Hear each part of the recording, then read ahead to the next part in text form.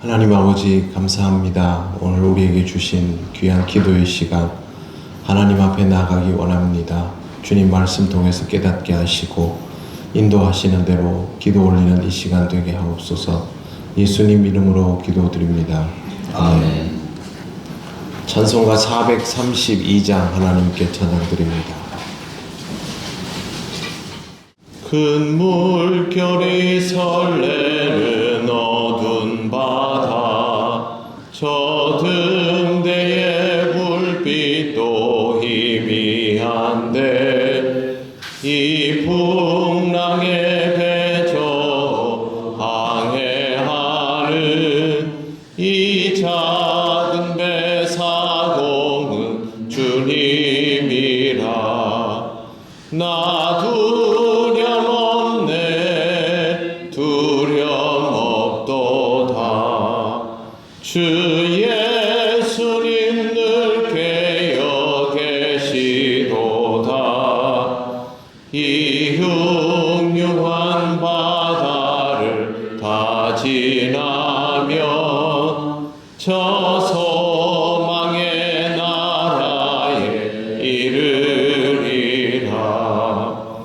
큰 풍랑이 배를 위협하면 저 깊은 물이 벌려 달려드나 이 바다에 노저 항해하는 이 작은 배 사공은 주님이라. 나 두려움 없네, 두려움 없도다. 주 예수님 늘 깨어 계시도다. 이 흉흉한 바다를 다 지나면 저 소망의 나라에 이르리라. 큰 소리로 물결을 명하시며 이 바다는 고요히 잠자리라.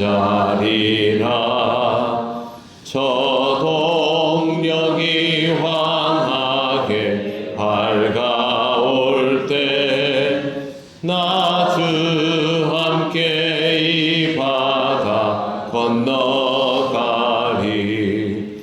나 두려움 없네, 두려움 없도다. 주 예수님 늘 깨어 계시도다. 이 흉흉한 바다를 다 지나면 저 소망의 나라에 이르리라. 하나님 말씀 사도행전 15장 6절에서 11절입니다. 한 절씩 교독하겠습니다. 사도와 장로들이 이 일을 의논하러 모여 많은 회중이 예수님을 베드로가 일어나 말하되 형제들아 너희가 이르리라. 하나님이 장인들로 내 입에서 복음의 말씀을 믿게 하시고 오래전부터 너희 가운데서 나를 택하시고 또 마음을 아시는 하나님이 우리에게와 같이 그들에게도 성령을 주어 증언하시고 믿음으로 그들의 마음을 택하시사 그들이나 우리나 차별하지 아니하셨느니라. 그런데 지금 너희가 어찌하여 하나님을 시험하여 우리 조상과 우리도 능히 매지 못하던 멍에를 제자들의 목에 두렸느냐. 그러나 우리는 그들이 우리와 동일하게 주 예수의 은혜로 구원받는 줄을 믿노라 하니라. 아멘. 결국에는 안디옥 교회에서 이제 온 바울과 바나바 또 교회 대표들과 예루살렘 교회를 지키고 있던 사도들과 그 예루살렘 교회의 대표들이지요, 장로들이 함께 모여서 이 일을 의논하게 되었습니다. 율법의 문제로 인하여 또 할례로 인하여 의논하게 되었다는 것 자체가 참 서글픈 일입니다. 주님께서 이것을 보고 무엇이라 하시겠습니까? 논쟁을 할 수밖에 없는 상황은 아직 교회 공동체가 성숙하지 못하다라는 증거입니다. 7절 보시면 많은 변론이 있은 후에 베드로가 일어나 말하되 형제들아 너희도 알거니와 하나님이 이방인들로 내 입에서 복음의 말씀을 들어 믿게 하시려고 오래전부터 너희 가운데서 나를 택하시고 또 마음을 아시는 하나님이 우리에게와 같이 그들에게도 성령을 주어 증언하시고 라고 되어 있습니다. 베드로가 하는 말은 하나님께서 복음을 전할 수 있도록 하기 위해서 택정하여 주셨고 그리고 자기가 여기에 대한 경험을 가지고 있다라는 말을 하고 있습니다. 하나님의 부르심을 받아서 사역을 해보았더니 정말 이방인들에게 복음이 전해지고 성령을 주시는 것을 경험했다는 것이죠. 사도행전을 쭉 읽어오면서 우리가 이 장면이 떠오릅니다. 빌립이 사마리아에 복음을 전할 때 사마리아인들이 예수를 믿겠다라고 하면서도 성령 받지 못하는 것을 보고 빌립이 사도들에게 요청을 하고 베드로와 요한이 그곳에 가서 기도를 해줍니다. 기도를 해준 다음에 이방인들이 성령 받는 것을 베드로가 직접 경험을 했습니다. 하나님께서 이방인에게 성령을 주신다는 것은 그들을 구원하신다. 다른 율법이나 할례의 전제 조건 없이도 그들을 구원하신다라는 것을 베드로는 직접 확인하게 되었던 것입니다. 베드로뿐만 아니라 바울은 복음을 전하러 다니면서 이방인들이 하나님의 은혜로 회심하고 구원받고 하는 것들을 다 보지 않았습니까? 직접 경험을 가지고 있으니 이렇게 말을 할 수밖에 없는 것이죠. 9절 말씀에 보시면 이렇게 되어 있습니다. 믿음으로 그들의 마음을 깨끗이 하사 그들이나 우리나 차별하지 아니하셨느니라. 복음을 받아들임에 있어서 유대인과 이방인의 경계라는 것은 사실상 존재하지 않는다라는 뜻입니다. 복음은 경계가 없습니다. 인종의 경계, 혈통의 경계, 관습의 경계, 무슨 율법의 경계, 할례의 경계, 아무 경계도 없습니다. 그런데 복음에 대하여 경계를 가지는 것은 거기에 인간적인 기준이 벌써 들어갔다라는 뜻입니다. 유대인들은 오랫동안 이렇게 살았기 때문에 그게 당연하다 여겼습니다. 어제도 말씀을 드렸지만 백인들이 한동안 굉장히 오랜 시간 동안 하나님께서 자신들에게 구원의 은혜를 베푸셨고 흑인들은 자신들의 삶을 위해서 하나님이 서비스한 잉여 노동력 같은 그런 존재로 치부했습니다. 그 사람들에게 있어서 또 다른 조건이 있었던 것이죠.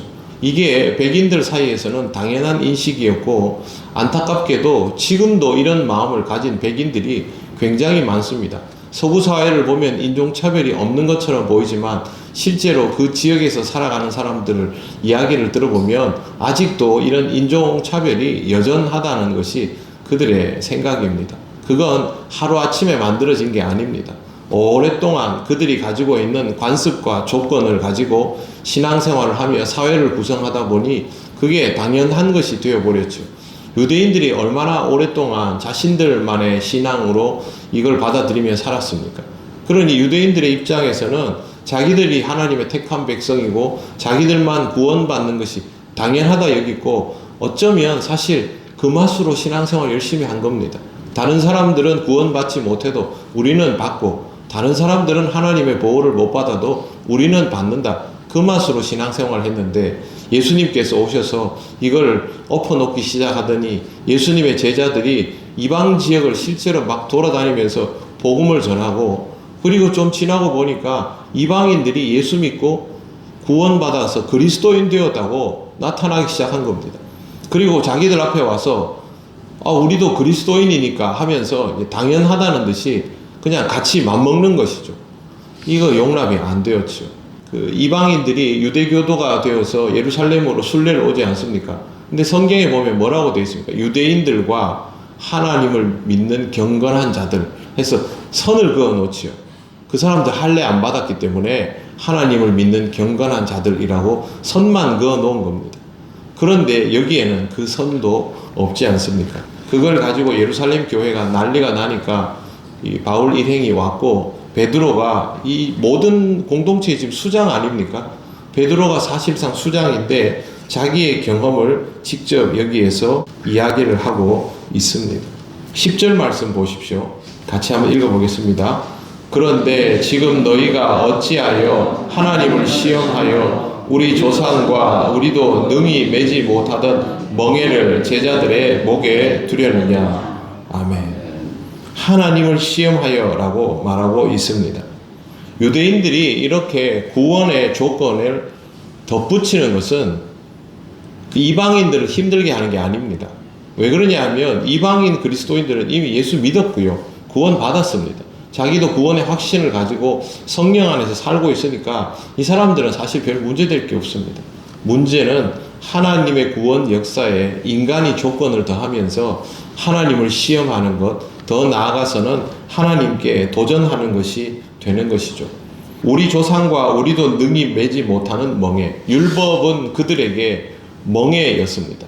근데 맬 수 없는 멍에였습니다. 율법으로는 아무리 해도 하나님께서 원하시는 그 지점에 도달할 수 없었기 때문에 인간이 가지고 있는 한계가 결국에는 그렇게 할 수밖에 없다라는 것을 예수께서 가르쳐 주셨지 않습니까? 자기들도 그 율법으로 인하여 죄 가운데에서 벗어나고 자유를 누리지를 못하고 있는데 그 멍에를 왜 또 밑에다가 매게 하느냐는 것이죠. 내가 부모가 극복 못한 문제를 자식에게 짊어지우는 것, 그거랑 똑같은 겁니다. 이방인들에게 필요하지 않은 굴레를 주는 것이죠. 만약에 여러분 교회를 오는데 우리가 신앙생활 하면서 노력은 하지만 이것으로는 하나님 앞으로 더 나아가는 일이 되지 않는 율법적인 것이나 아니면 관습적인 것이 있다 합시다. 그런데 우리 교회가 오랫동안 그렇게 해왔기 때문에 우리 교회에 오는 사람들은 그거 다 지켜야 된다. 그렇게 안 하면 우리 교회의 정식 멤버가 될 수 없다. 그러면 어떻게 될까요? 그러면 구원을 가로막는 게 됩니다. 만약 우리가 구시대적인 관습을 가지고 그렇게 가로막으면 그것 때문에 교회를 안 오는 사람이 생기면 그 책임은 우리가 져야 됩니다. 지금 교회 안에 30, 40대들이 없다라는 이야기들을 많이 하고 실제로 인터넷에 보면 여기에 대한 논쟁이나 뭐 여러 가지 발제다 이런 것들이 많습니다. 인구 감소를 보면요. 요즘 아이들 인구 감소율이 굉장히 높기는 합니다. 근데 교회에서 아이들이 줄어드는 속도는 사회에서 아이들 인구가 줄어드는 속도의 2배에서 4배 정도 됩니다. 그러니까 교회에서 아이들이 급속도로 빠져나가고 있다는 거죠. 원인이 무엇일까? 부모가 교회에 없습니다. 그게 원인입니다.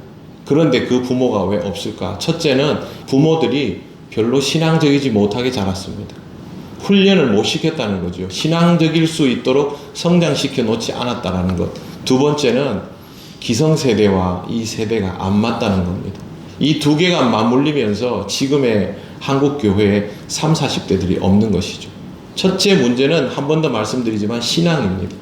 두 번째 문제는 여기가 다른 무거운 조건들을 자꾸 제시하는 집단이 되어 있다라는 것이죠. 만약 우리에게 그런 것들이 조금이라도 있다면 더 늦기 전에 계속 내려놓아져야 합니다. 구원받을 수 있는 조건 이외에 우리가 붙이는 조건이 있어서는 안 되는 것이죠. 교회 공동체는 우리가 모여있는 우리 뜻에 맞는 동호회 같은 것이 아닙니다. 오직 주 예수 그리스도의 복음을 가지고 그 복음 안에서 모두가 영적인 자유를 누리고 구원받은 삶을 함께 누려가기 위한 조건만 존재하는 공동체여야 합니다. 그렇기 때문에 우리는 율법과 할례 같은 어떤 것들도 교회 안에 존재하지 않도록 생길 수 있습니다. 생길 수밖에 없는 것이 인간입니다. 그렇기 때문에 우리 스스로 주님 안에서 자유함을 누려가면서 이것을 끊임없이 내려놓아가는 그런 교회가 되어야 할 것입니다. 사랑하는 성도 여러분, 오늘도 이 말씀을 잘 묵상하시고 기도하고 하루를 시작하시기를 바랍니다. 기도드리겠습니다. 하나님 감사합니다. 하나님이 주신 이 말씀을 우리가 뼈아프게 받아들이며 교회가 율법과 할례 같은 어떤 조건도 만들지 않고 오직 주님 안에서 복음을 붙들며 복음 안에서 함께 자유를 누려가는 영적 공동체가 되게 하여 주시옵소서. 하나님이 주신 은혜와 자유를 함께 누리며 또 더 많은 이들에게 주의 복음을 전하며 신앙으로 살아가는 날이 오게 하옵소서. 오늘 하루도 주님 은혜로 삽니다.